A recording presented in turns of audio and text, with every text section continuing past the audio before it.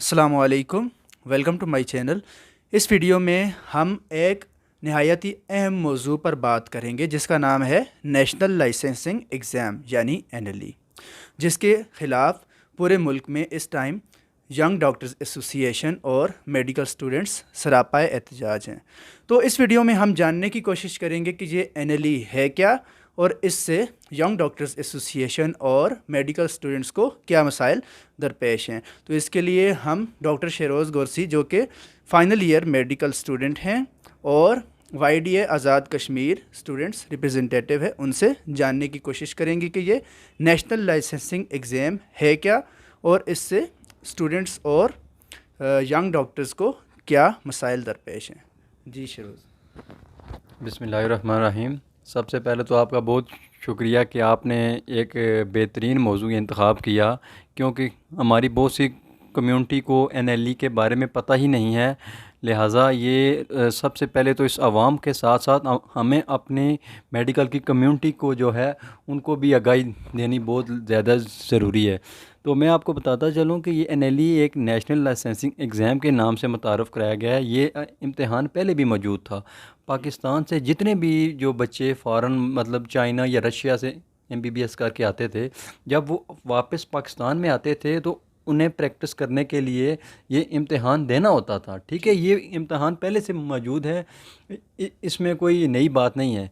लेकिन जो नई बात इस इम्तिहान के अंदर ऐड की गई है, ये इम्तिहान अब फ़ॉरेन लोगों के साथ साथ जो पाकिस्तान के लोकल मेडिकल कॉलेज से पढ़े हुए हैं, जिन्हें ये हुकूमत और इस हुकूमत के इदारे ख़ुद रेगुलेट करते हैं, उन पे भी ये इम्तिहान इल्लीगल तौर पर ये लागू किया जा रहा है, जो कि एक सरासर गैर कानूनी है। तो बेसिकली मैं आपको ये बताना चाहता हूँ कि जब हम लोगों ने जो भी हमारे 3-4 बैचेस इस टाइम चल रहे हैं, 2023 तक जो हमारे बैचेस हैं, ठीक है, उन्होंने जब पीएमडीसी के तहत दाखिला लिया तो उन्हें उस टाइम ये कहा गया कि आप लोग 5 साल के यूनिवर्सिटी के इम्तहानात देंगे, उसके बाद 1 साल की हाउस जॉब करेंगे और हम आपको डिग्री दे देंगे। लेकिन अब क्या हो रहा है कि चूँकि एक रातों रात इन्होंने एक ऐसा कानून बना दिया, ठीक है, कि जी जो है आप सबको एनएलई देना पड़ेगा। देखें, दुनिया में कहीं भी इसकी मिसाल नहीं मिलती। जब भी कोई कानून साजी की जाती है या नया कानून बनता है, उसके लिए प्रॉपर वर्कअप होता है, फिर उसकी इम्प्लीमेंटेशन का एक तरीक़ाकार होता है।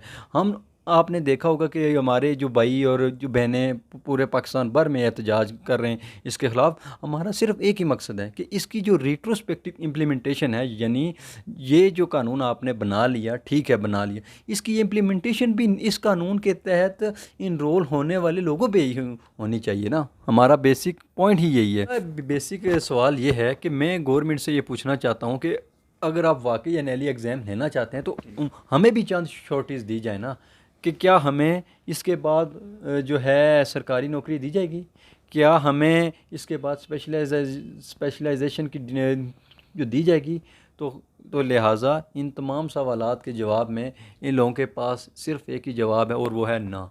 तो आप ख़ुद सोचें कि फिर इस इम्तिहान की क्या मंतक है। चलें, इसको भी हम एक साइड पे कर लेते हैं। इसके बाद जब आपने सरकारी जॉब करनी है, उसके लिए आपको एक अलग से एक पीएससी टेस्ट देना होगा। अगर आपने स्पेशलाइजेशन करनी है, उसके लिए अलग आपको एफसीपीएस कॉलेज ऑफ फिजिशियन और सर्जन का एक इम्तिहान होता है रेजिडेंसी से पहले, वो देना होगा। तो लिहाजा मेरा ये सवाल है कि क्या ये तुलबा और ये यंग डॉक्टर्स सारी ज़िंदगी इम्तहानात ही देते रहेंगे।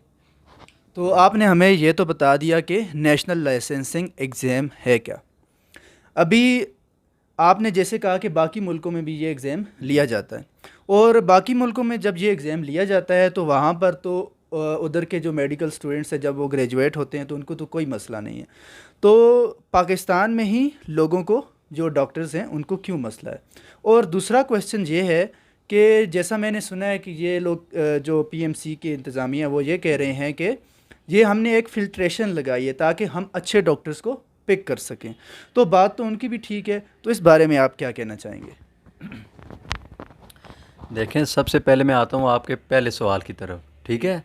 इन्होंने मिसाल हमें दी बरतानिया की, अमेरिका की, ये हमें मिसालें देते हैं। तो फिर मैं आपको ये भी बताता चलूँ कि अगर अमेरिका की ये लोग मिसाल दे रहे हैं तो अमेरिका में जो एग्ज़ाम है यूएसएमएलई इसी के नाम का, ठीक है, वो इम्तिहान क्लियर करने के बाद आपको ना सिर्फ गवर्नमेंट जॉब दी जाती है बल्कि उसके साथ साथ आपको स्पेशलाइजेशन में ट्रेनिंग दी जाती है। कि देखें कि हमारे साथ इससे बड़ा जुल्म और क्या है कि हम सारी ज़िंदगी क्या इम्तहानात ही देते रहेंगे। अच्छा, ये हमें मिसाल देते हैं बरतानिया की कि फुल टू फुल ये बरतानिया का निज़ाम कापी कर रहे हैं ना।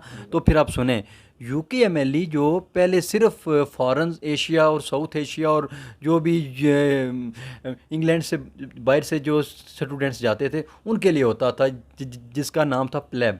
लेकिन इसको अब उन्होंने रिप्लेस कर दिया यूकेएमएलई के नाम से, जो अब 2024 से ऑनवर्ड्स होगा। देखिए, उन्होंने भी इस इम्तिहान को यकदम से लागू नहीं किया, इस पर बाकायदा पूरा वर्क किया। और ये इम्तिहान उन्होंने लेना था 2017 या 18 में, लेकिन उनका कानूनी वर्क मुकम्मल नहीं था, लिहाजा उन्होंने इसको मज़ीद एक्सटेंड किया। और अब वो जो है पहला यूकेएमएलई जो एग्ज़ाम होगा वो 2024 में लेंगे। इसी तरह ये हमें मिसाल देते हैं इंडिया की, भारत जो है हमारा पड़ोसी देश। तो मैं वहाँ भी आपको बताता चलूँ कि इंडिया के अंदर उन्होंने इस जो इम्तिहान का नाम रखा है नेक्स्ट में वो लोग क्या कर रहे हैं कि जो हमारा फाइनल ईयर का प्रोफेशनल एग्ज़ाम होता है वो लोग नहीं ले रहे, उसी फाइनल प्रोफेशनल को वो उन्होंने नेक्स्ट में कन्वर्ट कर दिया है। और उसी नेक्स्ट की बेस पे वो गवर्नमेंट जॉब भी दे रहे हैं जो करना चाहता है, और जो गवर्नमेंट जॉब नहीं भी करना चाहता उसको वो आगे स्पेशलाइजेशन में ट्रेनिंग दे रहे हैं। लिहाजा यही वजह है कि हमने देखा है कि इंडिया के अंदर बहुत से यंग लोग कंसल्टेंट तक भी बने हुए हैं। तो इसकी एक यही वजह है कि वहाँ टाइम का ज़यान नहीं है। लेकिन उसके उल्टा फिर हम पाकिस्तान में देखें तो सारा साल और फिर आप लोग इम्तहानात ही देते रहते हैं। अब मैं आता हूँ आपके सेकंड क्वेश्चन की तरफ।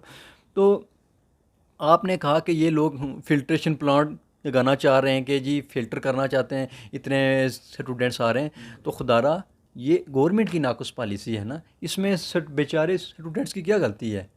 ये तो गवर्नमेंट को चाहिए था कि ये अपने हिसाब से डॉक्टर प्रोड्यूस करते। इन्होंने एक तरफ तो चाइना और रशिया में बेबहा लोगों को भेजा, दूसरी तरफ पाकिस्तान के गली गली और महल्ले महल्ले में मेडिकल कॉलेजेस के लिए इजाज़त दे दी। तो इसका तो ये रिज़ल्ट होना था। अब इस तमाम चीज़ों का वो जो है ना, वो कह रहे हैं कि इन तमाम चीज़ों का जो खमियाजा है ये स्टूडेंट्स भुगते हैं।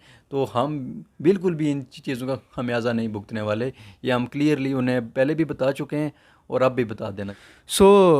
अभी आप लोगों का आगे क्या लायामल होगा एनएलई से रिलेटेड? देखें जी, एनएलई से रिलेटेड अल्हम्दुलिल्लाह हमारी तमाम ऑर्गेनाइजेशन यूनाइट हैं। मेडिकल स्टूडेंट्स की तमाम मूवमेंट्स जो हैं हम लोगों ने लॉन्च की हुई हैं। तो मैं यही कहना चाहता हूँ कि हमारे जितने भी स्टूडेंट्स हैं, ख़ास करके जो पंजाब के अंदर हैं, वो लोग बहुत ही एक्टिव हैं इस मामले को लेके और वो भरपूर स्ट्रगल कर रहे हैं। हम इसके साथ साथ लोकल जो हैं हमारे पाकिस्तानी एमएनएस, उनको भी अप्रोच कर रहे हैं, उनके साथ ये इशू डिस्कस कर रहे हैं। और उन तमाम लोगों ने हमें ये श्योरिटी दी है कि हम आपकी बात जो है ऐवान तक ज़रूर पहुंचाएंगे। और इंशाल्लाह हमें उम्मीद है कि ये मसला जल्द हल हो जाएगा। और अगर बाकी रही बात कि अगर ये मसला हल नहीं होता और अगर ये यूं ही हम पर तशद्दुद करते हैं तो फिर हम लोग भी एक मुल्क गिर एहतजाज का जो है क्या नाम है वो हक रखते हैं। ये थे एनएलई से रिलेटेड यंग डॉक्टर्स के तहफ़्फ़ुज़ात। हम आप लोगों से भी रिक्वेस्ट करेंगे कि इस वीडियो को शेयर कीजिए ताकि ज़्यादा से ज़्यादा इजीली ये ऐवानों तक पहुंच सके स्टूडेंट्स की आवाज़। और इसके अलावा मीडिया से भी हमारी ये रिक्वेस्ट है कि इस टॉपिक को हाईलाइट किया जाए ताकि ऐवान तक ये बात इजीली पहुंच सके। शुक्रिया।